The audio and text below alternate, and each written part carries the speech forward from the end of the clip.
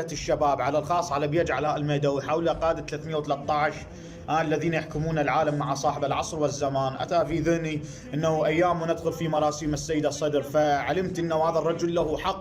أولا ما بيني وبين الله والكل يعلم أنه على مقلد للسيد صادق الشيرازي قدس الله سره، ولكن حقيقة أحبتي، حقيقة أنه هذا الرجل محمد صادق الصدر له إمكانية علمية غريبة، وله فضل على المسلمين عامة وعلى الشيعة خاصة.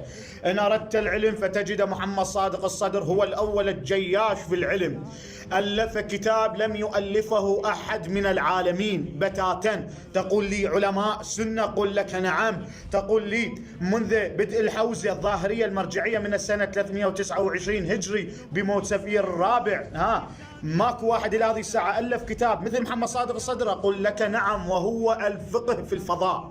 ما هي صلاتك في الفضاء إن ذهبت؟ ما هو كيفية دفن الميت؟ لم يأتي بها أحد من العالمين إلا محمد صادق الصدر. ففي العلم والدرجة الأولى.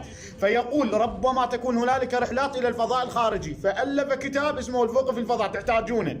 السيد محمد صادق الصدر جالس في الحنانة، وذهبوا الألمان والإيطاليين إلى سطح القمر، قالوا إن القمر ليس له وجه، وهو في الحنانة قال والله كذبوا إن القمر له وجه. أي علمية ذهبت محمد صادق الصدر؟ ذهبت أنت للقمر؟ لا.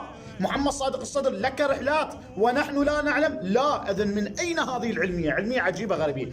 ففي العلم هو الأول. في قضية الإمام المهدي تجد محمد صادق الصدر له تراث عجيب، وهو موسوعة المهدوية.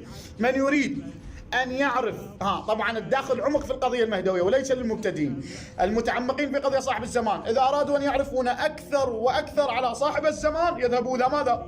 إلى موسوعة محمد صادق الصدر، كأنما أصبح الدستور للذين ينتظرون صاحب العصر والزمان. من ناحية الشجاعة تجد محمد صادق الصدر هو الذي كان يقف في وجه الطغاة، هو الذي كان الوحيد يظهر أمام الملأ ويقول إن هذا باطل وإن هذا حق ولا تأخذه في الله لومة لام. حقيقة إنسان عجيب غريب، والله ما بينه وبين الله.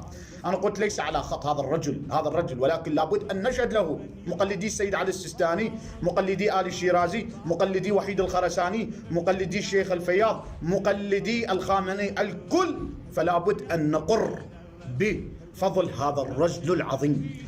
تذهب إلى محمد صادق الصدر، ليس كان معتكفا في البيت أبد. يأتي شخص محمد الصدر يريد يعرف نازل المجتمع لولا محمد الصدر كم سعر الطماطة؟ قال له حبيبي إذا كانت ممرودة كذا من السعر، وإذا كانت صاحية كذا من السعر. حقيقة عجيب.